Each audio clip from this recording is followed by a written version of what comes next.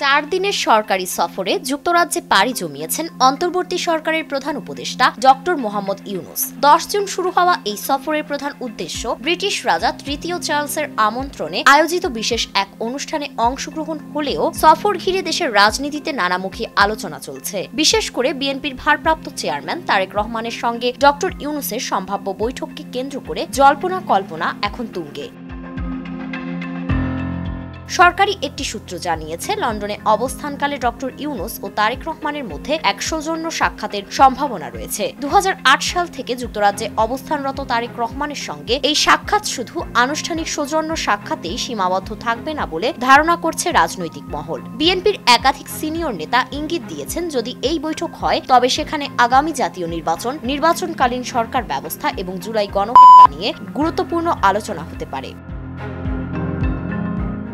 সাধারণ ফ্যানের দিন শেষ, আকিস ফ্যানে বাংলাদেশ।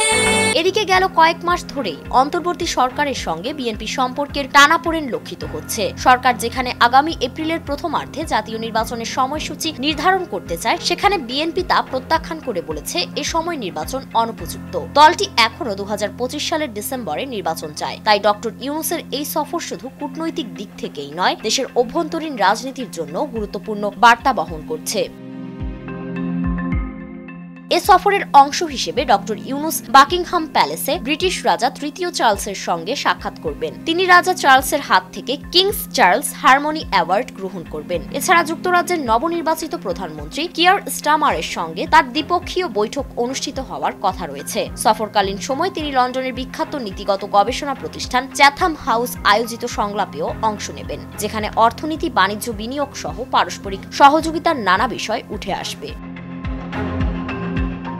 এদিকে বিএনপির ঘনিষ্ঠ একটি সূত্র নিশ্চিত করেছে, 9 জুন রাতে দলের স্থায়ী কমিটির এক বৈঠকে সিদ্ধান্ত হয়েছে যে আগামী 13 জুন তারেক রহমান ও ডক্টর ইউনুসের মধ্যে একটি সাক্ষাৎ অনুষ্ঠিত হতে পারে। যদিও সরকার বা প্রধান উপদেষ্টার কার্যালয়ের পক্ষ থেকে এখনো আনুষ্ঠানিকভাবে এ বিষয়ে কোনো বক্তব্য দেওয়া হয়নি, তবু এই বৈঠক হলে দেশের রাজনীতিতে নতুন মোড় নিতে পারে বলে মনে করছেন বিশ্লেষকরা। বিশেষ করে দীর্ঘ 17 বছর পর তারেক রহমানের বিরুদ্ধে দায়েরকৃত সব মামলা থেকে সে খালাস পাওয়ার পর তার দেশে ফেরার সম্ভাবনাও রয়েছে। সব মিলিয়ে বলা যায়, ডক্টর ইউনুসের এই সফর কূটনৈতিক সীমা ছাড়িয়ে বাংলাদেশের রাজনীতিতে নতুন সমীকরণের ইঙ্গিত দিচ্ছে।